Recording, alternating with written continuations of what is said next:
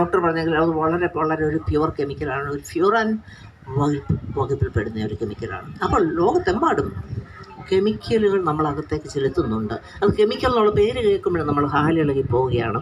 അതാണ് അതിൻ്റെ സത്യം എന്നുള്ളത്. പ്രത്യേകിച്ച് മലയാളികളെ കുറിച്ച് പറയുകയാണെങ്കിൽ, മലയാളികളല്ല, ഈ കെമിക്കൽ എന്ന് കേട്ട് പേര് കേട്ട് ഹാലിളകുന്ന പലരും ചിന്തിക്കേണ്ടത് വൈകുന്നേരം ആകുമ്പോൾ ഒരു സ്മോൾ അടിക്കുമ്പോൾ എന്താണ് നിങ്ങളകത്ത് കയറ്റുന്നതെന്ന് ചിന്തിക്കേണ്ടതാണ്. ആൽക്കഹോൾ CH3OH എന്നൊരു കെമിക്കലാണത്. അത് മാത്രമല്ല അത് വിഷമാണ് കെമിക്കൽ. മറ്റു ലഹരി പോലെ അല്ലാതെ ആൽക്കഹോൾ നേരെ നിങ്ങളുടെ ലിവർ കരളിൽ ചെന്ന് അസറ്റാൽഡിഹൈഡായി മാറുകയാണ്, വിഷമാണ്.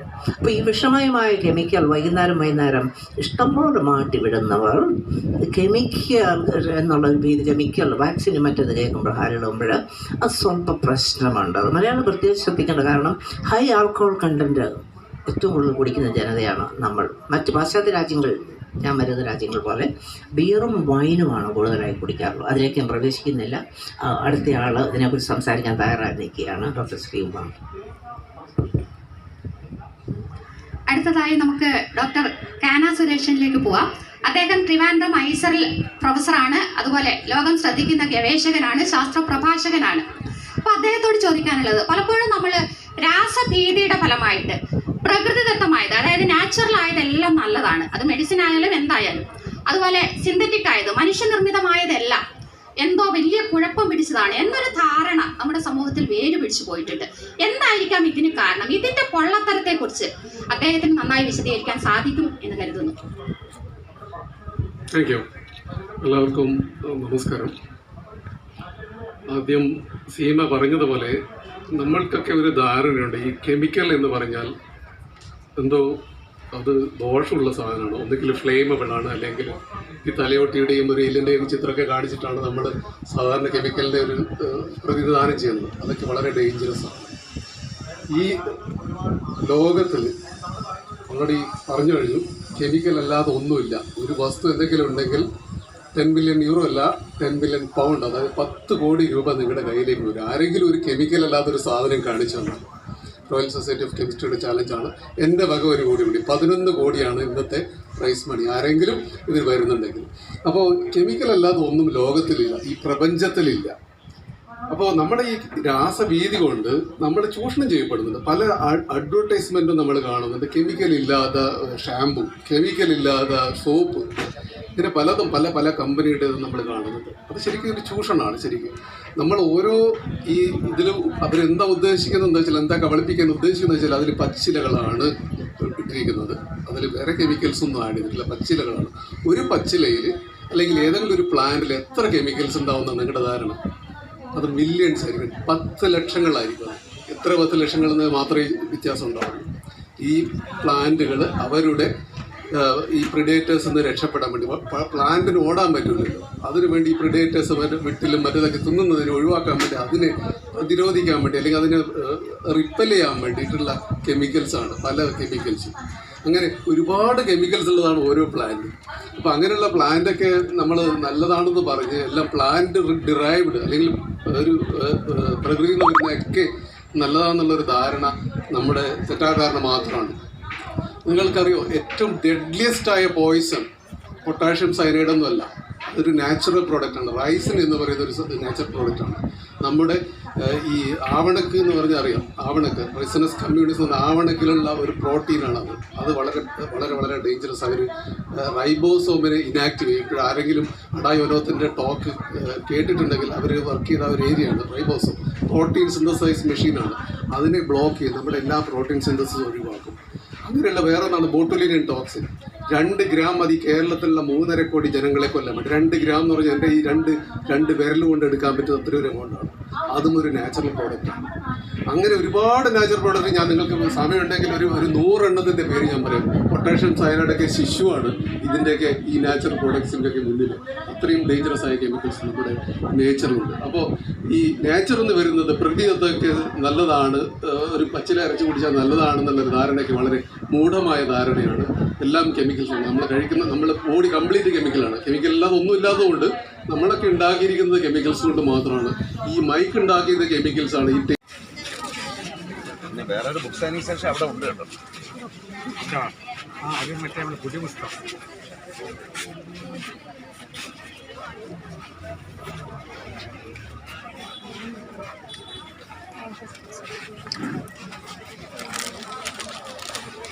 തിരക്ക് വിട്ടല്ലേ?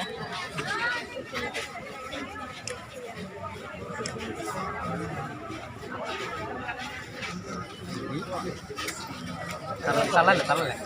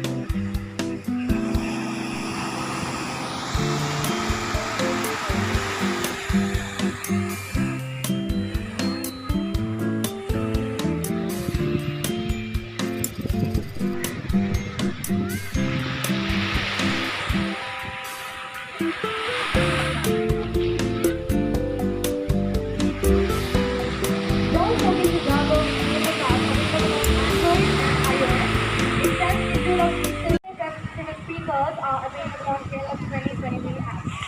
News every hour and live updates are available in the app. Visit all the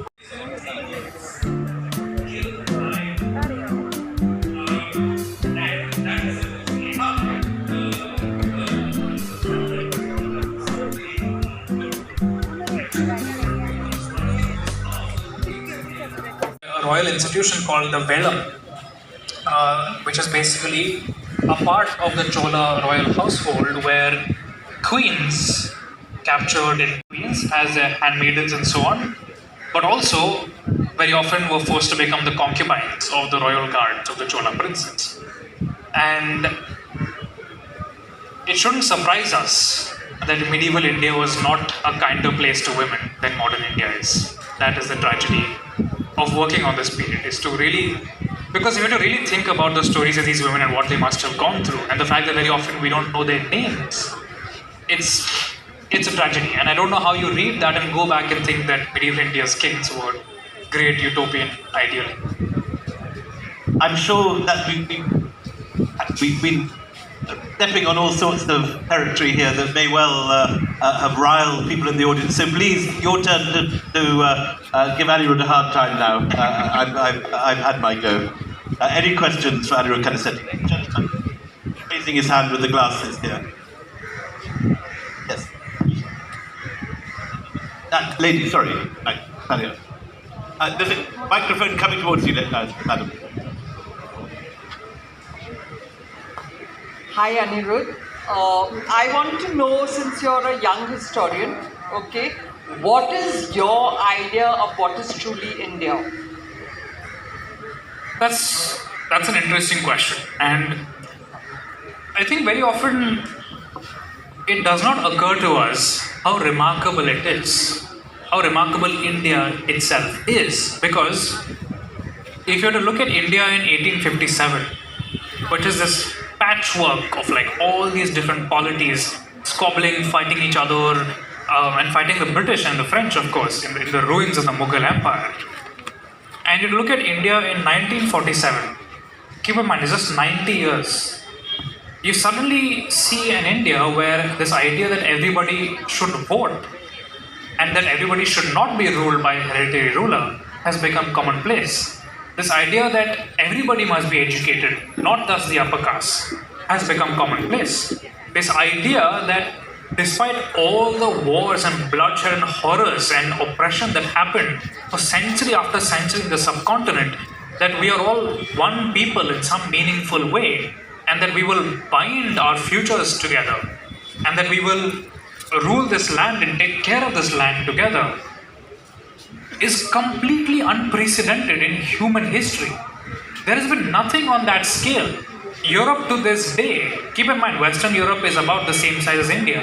Europe to this day has not managed to achieve the kind of political unity that India has had and taken for granted for decade after decade. To me, that's what India is. There are things, of course, that I don't agree with in how India is today.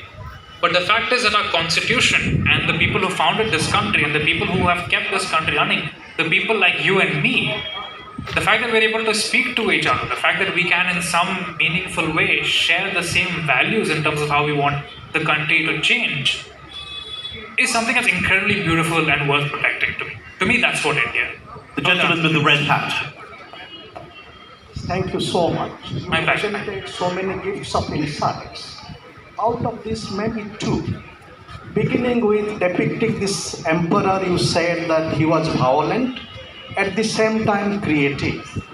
My query is, the creative aspect in love or poetry, did it mellow down his cult of violence? This is and this is a generic question, The second query is, you refer to the transnational dimension. Now, how the Arabs take note of this emperor. But if you look at Southeast Asia, so far in the narration, we have not heard much about the transnational dimension of these people. And finally, about resistance.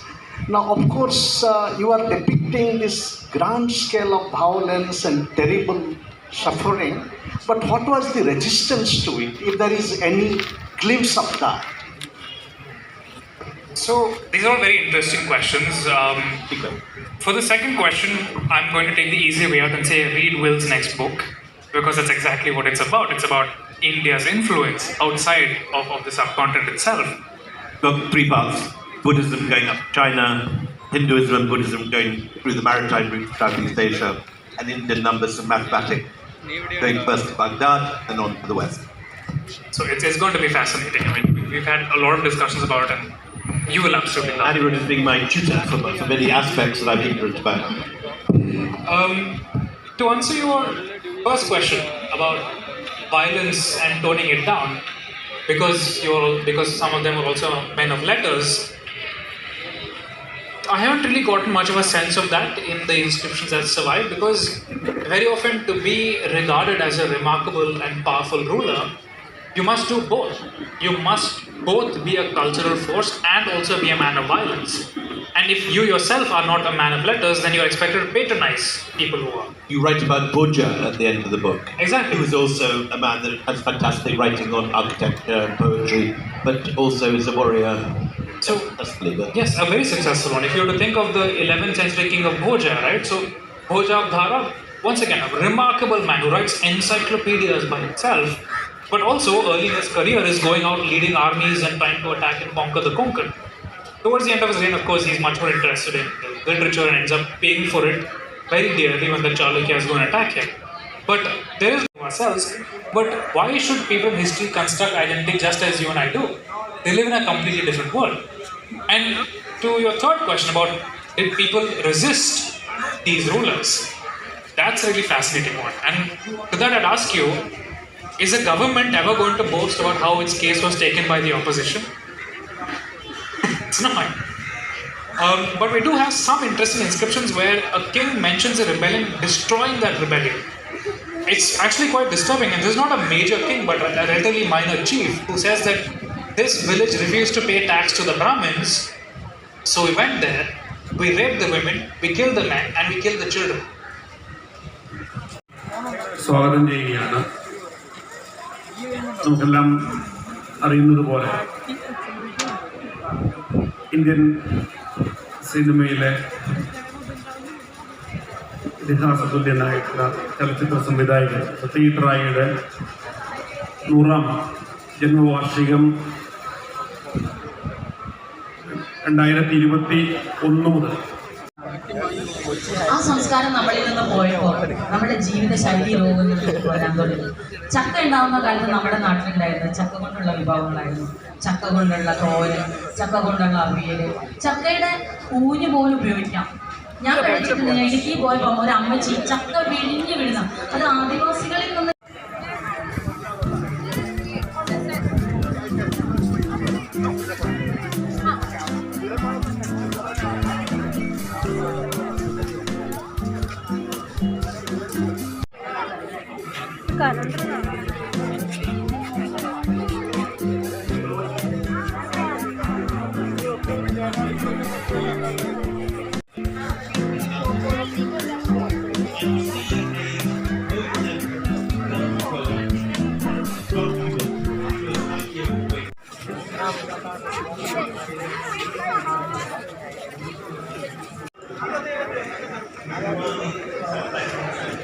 If